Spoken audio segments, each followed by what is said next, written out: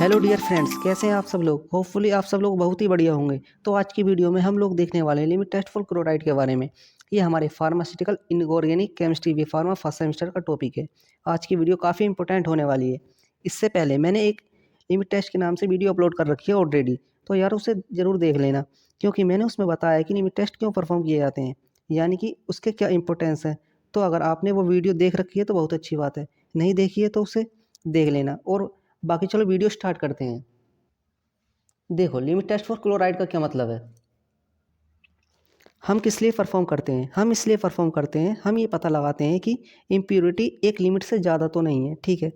अगर ज़्यादा हो गई तो दिक्कत आ जाती है। तो हम लोगों को यही पता लगाना है लिमिट टेस्ट फॉर क्लोराइड में। अब देखो, क्लोराइड का क्या मतलब है कि लिमिट टेस्ट फॉर क्लोराइड का क्या मतलब हुआ। हम ये पता लगाएंगे कि जो क्लोराइड है हमारा, वो इम्प्योरिटी के फॉर्म में पहली बार प्रेजेंट होगा। इस चीज़ को आप समझिए। हमारा जो सैंपल है उसमें क्लोराइड की इम्प्योरिटी प्रेजेंट होगी। अब हम यही पता लगाएंगे कि क्लोराइड जो है वो कितने अमाउंट में प्रेजेंट है। अगर एक लिमिट्स में प्रेजेंट है तो सही है, अगर लिमिट से ज़्यादा है तो हमारे लिए प्रॉब्लम क्रिएट करेगा। वो वो सारी चीज़ें कैसे पता लगाएंगे, तो हम देखने वाले हैं आज की वीडियो में बेसिकली। चलो इसके प्रिंसिपल से बात करते हैं। देखो, the principle of the limit test of chloride is based on the reaction of soluble chloride with silver nitrate in the presence of dilute nitric acid। देखो, इसका जो प्रिंसिपल होता है, क्लोराइड का लिमिट टेस्ट का जो प्रिंसिपल होता है, वो एक केमिकल रिएक्शन पर बेस्ड होता है। जैसे कि मान लो एक सोल्यूबल हमने क्लोराइड लिया, soluble chloride plus silver nitrate, और किसकी उपस्थिति में कराएंगे हम? डाइल्यूट नाइट्रिक एसिड की उपस्थिति में। देखो क्या बनाएगा, to form silver chloride with appearance as turbidity ओपेलेशन।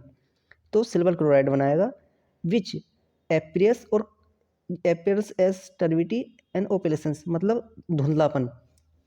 जैसे कि हमारी ये रिएक्शन है, सोल्यूबल क्लोराइड लिया हमने और सिल्वर नाइट्रेट लिया, और किसकी उपस्थिति में कराएंगे हम? डाइल्यूट HNO3, और क्या बनाएगा हमें? सिल्वर क्लोराइड बनाएगा। देखो, इसमें एक चीज़ और इम्पोर्टेंट होने वाली है। जैसे कि आप देख रहे होगे, जैसे ही रिएक्शन में डाइल्यूट HNO3 जो है, ये हमने डाइल्यूट HNO3 ही क्यों लिया, और इस रिएक्शन में HNO3 का क्या रोल है, तो देखते हो। देखो, वाई नाइट्रिक एसिड, हमने नाइट्रिक एसिड क्यों लिया? Number 1 point, nitric acid is added in the solution to make solution acidic. इसमें नाइट्रिक इसमें नाइट्रिक एसिड का काफ़ी इंपॉर्टेंट रोल है, क्योंकि नाइट्रिक एसिड जो है ये हमारे सॉल्यूशन को एसिडिक मीडियम प्रोवाइड कराता है। और हाँ, ये रिएक्शन जो होगी एसिडिक मीडियम में ही होगी। नाइट्रिक एसिड हमारा स्ट्रॉन्ग एसिडिक होता है और डिजोल्व अदर इम्प्योरिटी। यह जितनी भी अदर इम्प्योरिटी होगी वह उसमें डिजोल्व कर लेगा। और नंबर नंबर देखो, 3rd point and last point जो इम्पोर्टेंट है, provide common ion effect and help silver chloride precipitate to make solution turbid at the end of process. ये कॉमन आयन इफेक्ट प्रोवाइड कराता है silver nitrate को और प्रिसिपिएट बनाता है सिल्वर क्लोराइड का। देखो, इसमें एपरेटस की क्या क्या रिक्वायरमेंट होगी? नेशनल सिलेंडर होगा, और ग्लास रोड होगा, और स्टैंड होगा। इसमें एपरेटस की रिक्वायरमेंट नेशनल सिलेंडर होगा, ग्लास रोड होगा, और स्टैंड होगा। देखो, हम बेसिकली देखो नेशनल सिलेंडर होता क्या है। देखो, हमारा कुछ इस तरह का नेशनल सिलेंडर होता है, ये कुछ इस तरह से,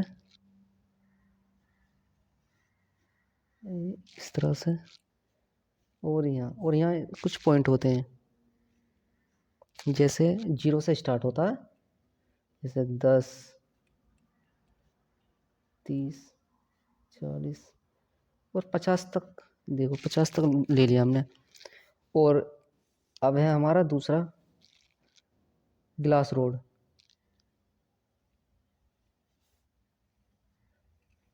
ये हमारी ग्लास रोड। अब अब है हमारा स्टैंड। स्टैंड भी कुछ इस तरह से होता है।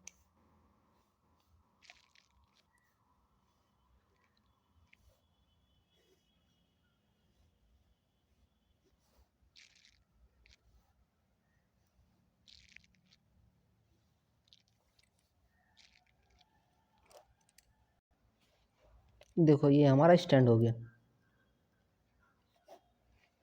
ये हमारा नेशनल सिलेंडर हो गया, ये हमारा नेशनल सिलेंडर होगा। ये हमारा स्टैंड है। ये आपको स्पेस जो दिख रहा होगा, इसमें हम अपने नेशनल सिलेंडर को रखते हैं मिनिमम 5 से 10 मिनट। आप देखते हैं इसमें कौन कौन से केमिकल की रिक्वायरमेंट होगी। Chemical requirement, dilute nitric acid लेंगे, सिल्वर नाइट्रेट लेंगे और सोडियम क्लोराइड लेंगे। हम इसमें जो सोडियम क्लोराइड है हमारा ये स्टैंडर्ड सॉल्यूशन के रूप में प्रयोग होगा। मैंने जैसे आप देख रहे होंगे इसके आगे क्वांटिटी लिख रही है। आप चाहें तो क्वांटिटी लिख भी सकते हैं, नहीं भी लिख सकते, इसका कोई इशू नहीं है। ये हमारा जो सोडियम क्लोराइड है एक हमारा स्टैंडर्ड सॉल्यूशन है। इस चीज़ को हम आगे देखेंगे। चलो हम अब इसके प्रोसेस की बात करते हैं। इसमें एक टेस्ट सॉल्यूशन लेंगे, एक स्टैंडर्ड सॉल्यूशन लेंगे और दोनों से कंपेयर कराएंगे। तो आपके लिए इसमें एक चीज़ खास होने वाली है कि इसमें जो पहला पॉइंट है टेस्ट सॉल्यूशन का और स्टैंडर्ड सॉल्यूशन का, इसमें पहला पॉइंट तो अलग अलग है और जितने भी बाकी पॉइंट हैं वो सब सेम है। चलो मैं आपको समझाता हूँ। जैसे कि इस आप देख रहे होगे इस चित्र की सहायता से। चलो इसे तो मैं अभी 1 मिनट बाद में समझाता हूँ, पहले आप इसे देखो। ये specific amount of substance dissolve in national cylinder as directed in pharmacopoeia. हम इसमें एक अमाउंट लेंगे सॉल्यूशन का और नेशनल सिलेंडर में उसे डिजोल्व करेंगे और फिर हम स्टैंडर्ड में देखो क्या होता है। इसमें हम NaCl स्टैंडर्ड सॉल्यूशन के रूप में लेंगे नेशनल सिलेंडर में और फिर हम इसमें ऐड करेंगे 10 ml HNO3। देखो जैसे फिर dissolve the solution to 50 ml with water. फिर 50 ml हम वॉल्यूम डाल देंगे, फिर add 1 ml silver nitrate 1 ml silver nitrate डालेंगे, फिर ऑब्जर्व द ऑपरेशंस, फिर ऑब्जर्व करेंगे। देखो इस चित्र की सहायता से समझो। देखो हम सबसे पहले हम स्टैंडर्ड सॉल्यूशन को नेशनल सिलेंडर में डालेंगे। स्टैंडर्ड सॉल्यूशन सॉरी मैं यहाँ लिखना भूल गया। ये टेस्ट सिलेंडर है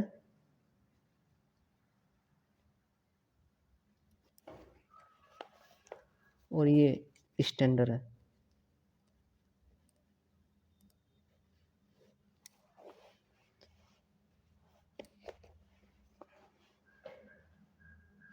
सबसे पहले हम स्टैंडर्ड सॉल्यूशन को स्टैंडर्ड नेशनल सिलेंडर में डालेंगे और फिर हम टेस्ट सॉल्यूशन को टेस्ट सिलेंडर में डालेंगे।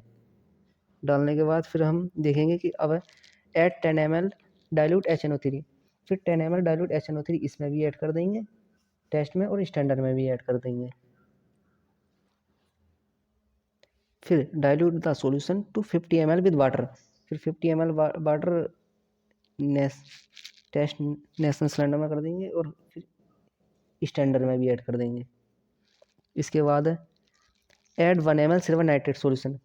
फिर 1 ml silver nitrate solution national cylinder test वाले नेशनल सिलेंडर में ऐड कर देंगे और स्टैंडर्ड में भी ऐड कर देंगे। फिर इसके बाद हम ऑब्जर्वेशन कराएंगे। देखो observation, if turbidity of test solution is less than turbidity of standard solution then sample will pass the limit test। अगर हमारा turbidity टेस्ट सॉल्यूशन की स्टैंडर्ड सॉल्यूशन से कम है तो हमारा लिमिट टेस्ट पास हो जाएगा। यदि if turbidity of test solution is greater than turbidity of standard solution then limit test fail. और हमारी turbidity टेस्ट सॉल्यूशन की ज़्यादा है और स्टैंडर्ड सॉल्यूशन की कम है तो हमारा न्यू टेस्ट फेल हो जाएगा।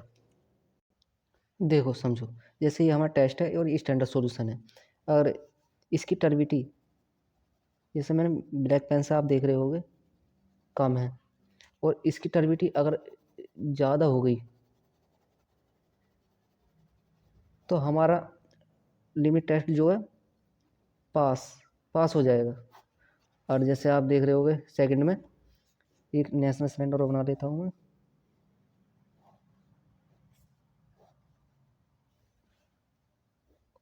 ये बनी है हमारा नेशनल सिलेंडर।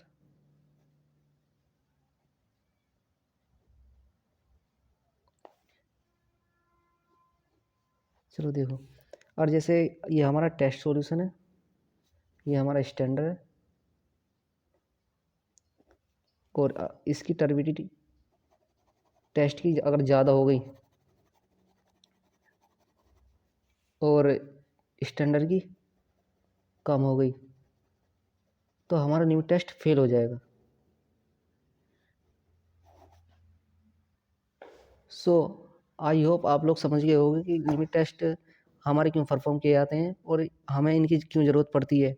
मैंने आपको बताया कि अगर टर्बिडिटी टेस्ट सॉल्यूशन की अगर कम आ रही है स्टैंडर्ड से तो हमारा लिमिट टेस्ट पास हो गया, और टेस्ट की टर्बिडिटी अगर ज़्यादा आ रही है और स्टैंडर्ड की कम आ रही है तो हमारा लिमिट टेस्ट फेल हो जाएगा। तो चलो मिलते हैं अब हमारी नेक्स्ट वीडियो में।